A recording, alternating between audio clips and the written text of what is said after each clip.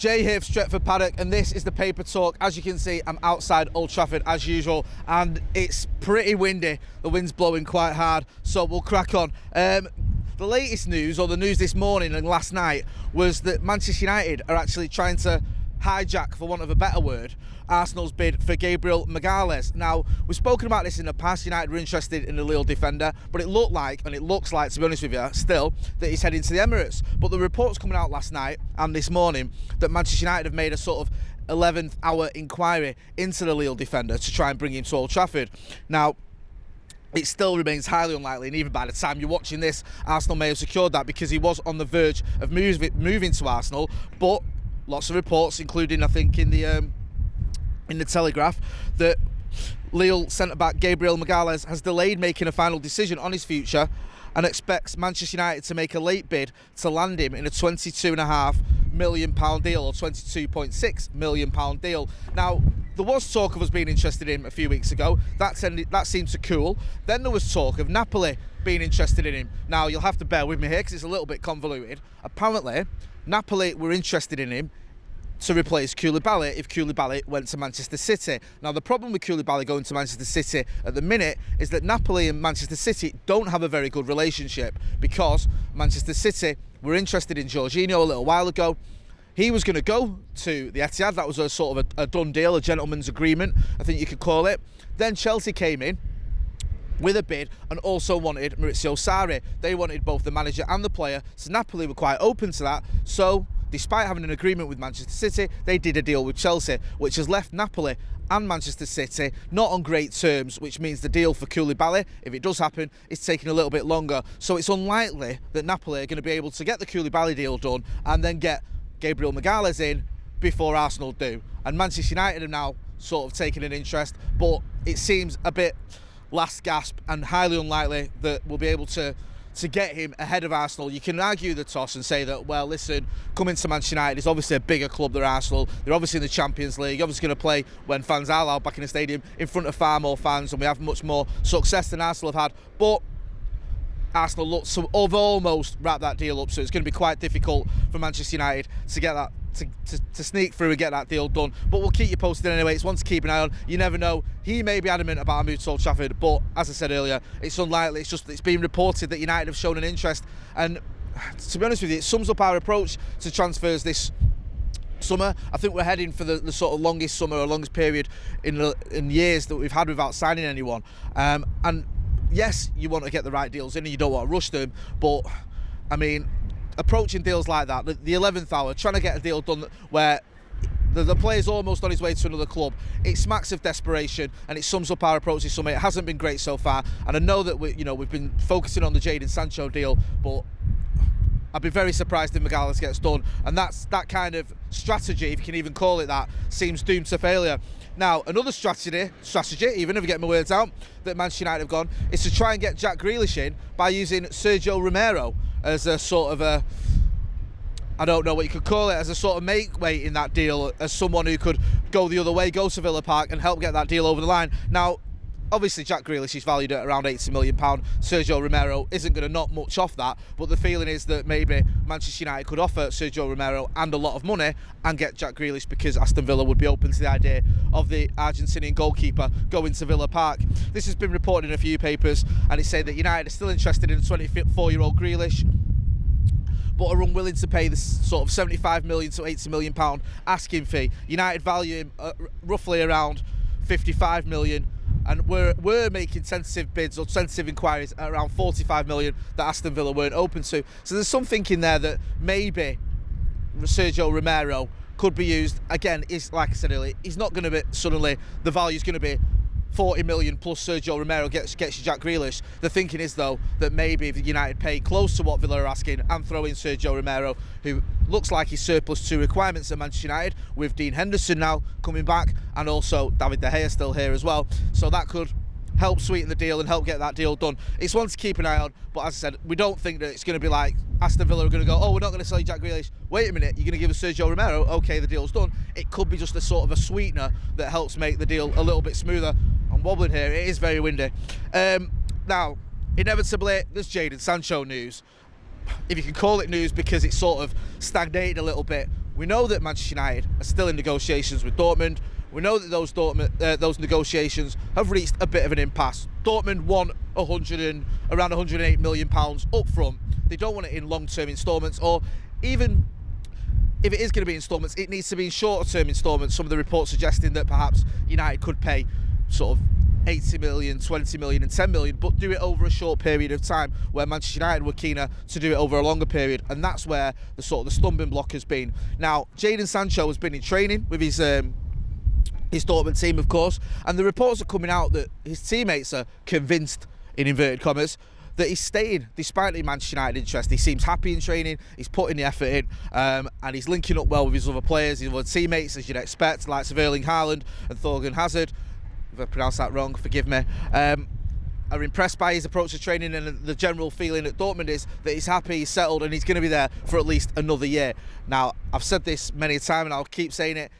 I'm a firm believer that Jadon Sancho is a professional. He'll act professionally. He'll he'll train hard, and he'll do the job he's paid to do whilst he's at Dortmund. But if Manchester United come in with the money, with the bid, and as I think Ronaldo said yesterday in the Tier 1 podcast, if they slap the cash down on the table, then I don't see Dortmund or Jadon Sancho saying, no, we're going to wait another year. The sticking point here is the way the deal is structured and the amount of money that's going to be paid up front. It isn't the fact that Jadon Sancho doesn't want to come to Old Trafford. No one's suggesting that. The likes of Romano and other leading journalists are all saying that Jadon Sancho is happy to come here. It's just that Manchester United haven't come up with the money or the payment structure that suits Dortmund. And Dortmund are in a position where they can dig their heels in. They can say, listen, we'll wait. We know that Jadon Sancho has a deal till June 2023, so there's no great rush for Dortmund to sell him just yet. Certainly not to sell him even on the cheap. So they're sticking their heels in. They're saying, listen, he's not going anywhere. Jadon Sancho, he's playing well in training. He's knuckling down in training, he's giving his all, but that doesn't mean that he's not going to come to Manchester United. It just means that he's a professional footballer doing the job he's paid to do. So, as always, we'll keep an eye on the Jadon Sancho rumours and see if there are any developments there. But as of yet, we're still at this impasse, and it could drag on for a little while longer. We know the transfer window is open till October. Hopefully it won't be that long. Now, another story doing the rounds that came as a bit of a surprise, and you can file this under highly unlikely, but it's our job to report what's going on in the papers, and this is going on in the papers. There's that Kante could be heading to Manchester United. Apparently the odds on the French international midfielder moving to United were slashed last night, and there were reports coming out of a few papers that he could be on his way to Old Trafford, that Manchester United are interested in bringing him, and that Frank Lampard is open to the idea of selling him. I'm very sceptical about this. Listen, I would love Kante to come to Manchester United. He's a great player, would fit well into our midfield just behind Paul Pogba and Bruno Fernandes. He's obviously played alongside Paul Pogba for France, and he hasn't had the best time of it at Chelsea recently, but I don't see that happening. It's one to keep an eye on. Stranger things have happened. It is 2020, and this is the year that sort of a madness does happen, but that would be a quite surprising move. I know we got Nemanja Matic from Chelsea when he was surplus to requirements, but would Chelsea be willing to sell us Kante? I'm not so sure about that one, but the odds on him making the move have been slashed. Some papers have picked up on that and thought that means that someone knows something along the lines there, and maybe Kante could be heading to Old Trafford, but we'll have to wait and see. 29 years old, he's had his injury problems, but he could do a job here. Very talented defensive midfielder, or box-to-box or defensive midfielder, however you want to look at it. Yes, we'd welcome him here at Old Trafford, but do I expect him to come? Not really, despite what some of the bookies are saying with the odds and despite a few reports. But we'll keep an eye on it and we'll let you know if there are any developments, and if there does seem to be any movement, then maybe, just maybe, there could be a deal there. As I said earlier though, I'm not too sure. But Kante to Manchester United is another story doing the rounds this morning. Another report that's come out recently, this one came out this morning from some of the papers in Leicester, is that Leicester City are interested in David Brooks. Now, the David Brooks to Manchester United rumour it came up a couple of days ago, and it sort of took everyone by surprise. The Bournemouth player, the Bournemouth winger, who is a good player but has had his injury problems, suddenly being linked with Manchester United for a reported £40 million. It left a lot of us surprised. We spoke to Peter Rutzler on the Tier 1 podcast yesterday because he's a Bournemouth correspondent for The Athletic, so we got his take on it. His take was that David Brooks is a very talented young player, could do a job if he came to Old Trafford more as a squad player, probably wouldn't be overawed by coming here, but he didn't think the interest was that real. Now apparently Leicester City are in for David Brooks. That's the latest reports coming out of Leicester, so he could end up going there, and the papers are reporting it, that United and Leicester are in for some sort of bidding war over David Brooks. I don't see that happening. maybe United have had an interest in it. I think Laurie Whitwell from The Athletic also said that he'd been looked at, but he was sort of further down the list for Manchester United. He isn't a priority at all. So again, it's one to keep an eye on, but Leicester City have joined the hunt here. I feel like I'm going to blow over any minute here now. I need to get on the weights. And just finally, we had this yesterday, a little bit of an update on Chris Smalling to Roma.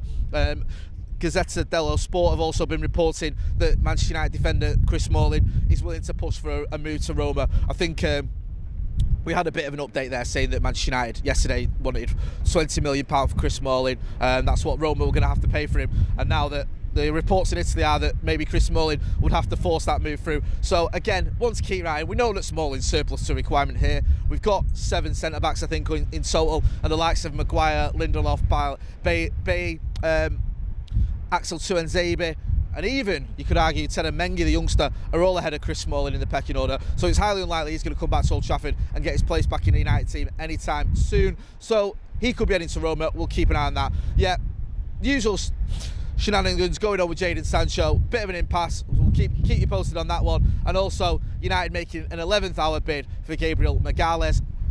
Looks like he's heading to Arsenal, but we'll keep you posted if there are any twists in the tail. We'll be speaking a little bit later on. I'll be speaking to a reporter out in Germany, one of Germany's leading journalists, just about the Jadon Sancho deal, whether he feels it's going to happen and whether he feels there's any sort of movement on that deal and what sort of a move that would be for Jadon Sancho if it does happen. We'll be talking to Patrick Berger, not the ex-Liverpool player, but a journalist out in Germany a little bit later on today. So make sure you stay tuned for that. We'll have all the updates as usual, the reviews. Don't forget as well, later on tonight, Joe Smith will have his late night live, all the madness and all the transfer updates coming there as well.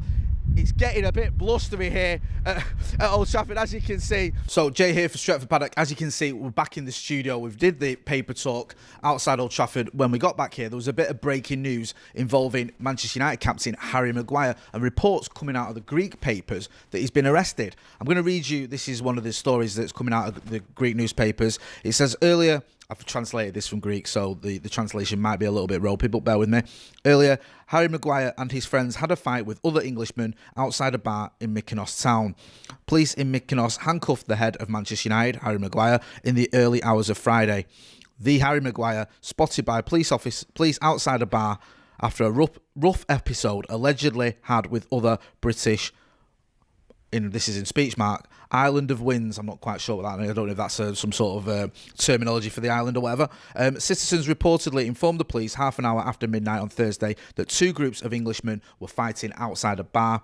When the police intervened to stop the quarrel, love that word, quarrel, 3 people from a group of Englishmen attacked the ELAS men verbally and using physical violence. I'm guessing the ELAS men are the police. As a result, the police brought the 3 Englishmen, among them the United central defender, to the Mykonos police station.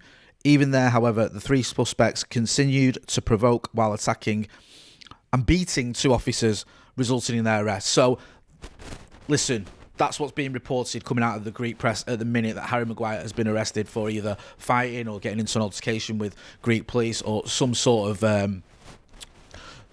acts of violence there seems to have gone on. I don't know how heavily involved he was. I don't know if he's just part of the sort of the group that's there. I don't know if he's actually taken part in anything himself. We're just reporting what is being spoken about by the Greek press. They're saying that the Manchester United defender has been arrested. We will keep you posted on socials, on all our social media. Keep you updated when we hear anything new. But the breaking news here is coming out of Greece that Harry Maguire has been arrested for getting in some sort of altercation with either other tourists or the Greek police. So we'll keep you posted on that one. I've been Jay. This has been an updated breaking news add-on to the Paper Talk. Don't forget to like, share and subscribe. Thanks for watching.